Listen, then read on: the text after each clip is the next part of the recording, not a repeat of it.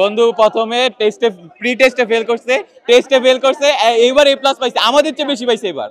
আচ্ছা কোন বন্ধুটা দেখেন? এই যে ও ভাই এডি বুয়া কথা ভাই, এডি বুয়া কথা আসলে না ভাই, আমি সব সব সব পাস করছি ভাই, সব পাস করছি। দেখা দেখে লিখছে ভাই, ভাই দেখা দেখে লিখছে সবকিছু ভাই, আল্লাহ জানে কেমনে পায়া গেল ভাই।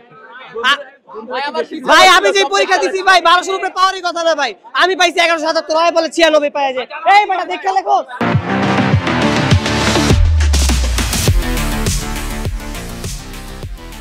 এ প্লাস আলহামদুলিল্লাহ। পরীক্ষার আগে তো ছিল ভাই আন্দোলন নেয়া, এরপরে কি করবা?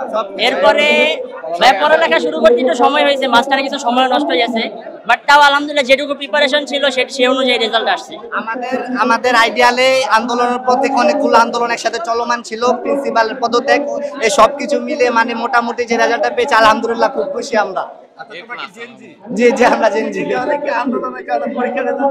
জি পরীক্ষা আলহামদুলিল্লাহ এটা সবার দোয়া অবশ্য। আর জুলাই যেভাবে স্টুডেন্টরা যেভাবে মানে আন্দোলন করার পর যে এই রেজাল্ট আসলে সবাই আশা করেন, এবারের আগের তুলনায় এবার কিন্তু অনেক খারাপ ভাবে খাতা দেখা হয়েছে, কিন্তু মোটামুটি যে রেজাল্ট আলহামদুলিল্লাহ সবাই খুশি।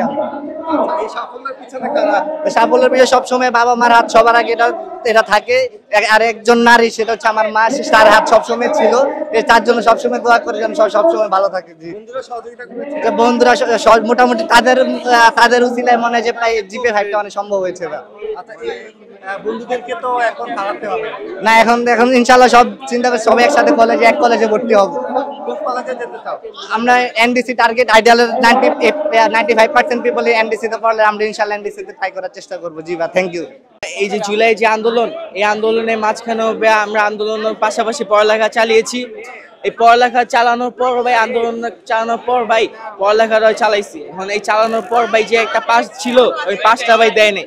একটা আমাদের যে কোটা ছিল ভাই, ওই কোটা উঠে দিছে ভালো কথা, কিন্তু ভাই আমরা যে এত আন্দোলন করলাম ভাই, এই আন্দোলনের যে একটা প্রতিদান ভাই, আমাদের যে একটা অটোপাস ভাই এটা দেওয়া হলো না ভাই, এটা খুবই কষ্ট হবে, ব্যথিত হলো। দেশটাকে ভাই আমরা স্বাধীন করলাম, কিন্তু ভাই আমরা ভাই একটু শান্তিতে থাকতে চেয়েছিলাম, সেটা পাইনি ভাই, এটাতে একটু মন খারাপ হয়েছে। তবে ভাই আমাদের রেজাল্টটা ভালোই হয়েছে, এটা নিয়ে খুবই ভালো লাগছে এবং আমরা সব বন্ধু বান্ধবরাও খুব খুশি এটার জন্য, এটাই বলতে যাচ্ছি।